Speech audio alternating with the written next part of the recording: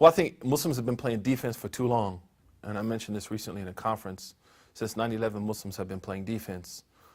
We've been stuck in a 2-3 zone since September 11th, 2001.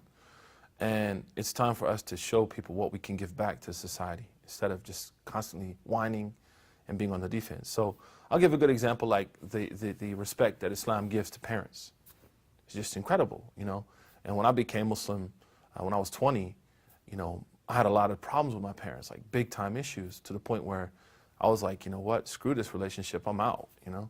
And I sat with a scholar for 10 years who I lived with, memorized the Quran with in Arabic, and because of what he taught me, you know, I went back to my parents, and I took the blunt of the burden of the relationship, and ultimately that relationship was, you know, fixed. So Islam gave my parents their son back. So that's one thing I think a lot of people become Muslim, I've noticed, because we came out of Steve Urkel, everybody hates Chris, you know, different strokes era or whatever, and we tend to have problems with our parents. So that's just one aspect. Secondly, if we see the texting crisis, right?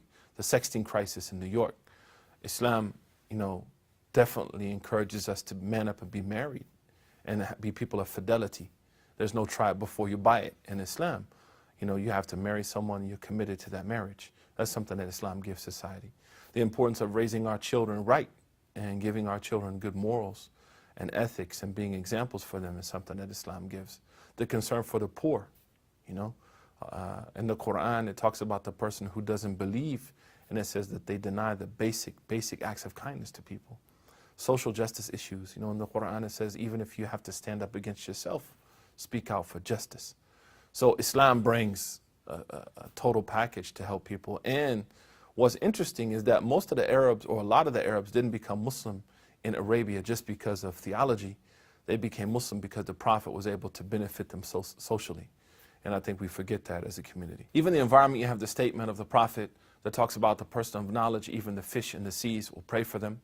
So scholars said because the person of knowledge will know how to treat the environment properly. I mean, this was over 800 years ago they said this, right? So what does Islam bring to the environmental cause that we see around us? Classical scholars said even during times of war, it's not allowed to poison water. You know, the wells of the people or the rivers, it's not allowed to pollute the environment, you know, with pollutants that they had then, right? There was this long discussion about that.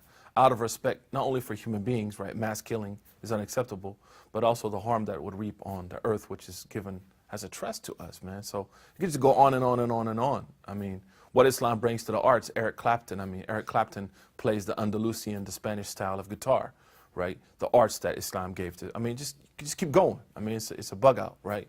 So rap music, I mean, look at Arab poems, you know, Mustaf'ilun, Mustaf'ilun, Mustaf'ilun, like this rhyme that you find in their poems. A lot of things that Islam gave to the West and gave to society and can still give and also receive, right? Because in order to give, you got to receive as well.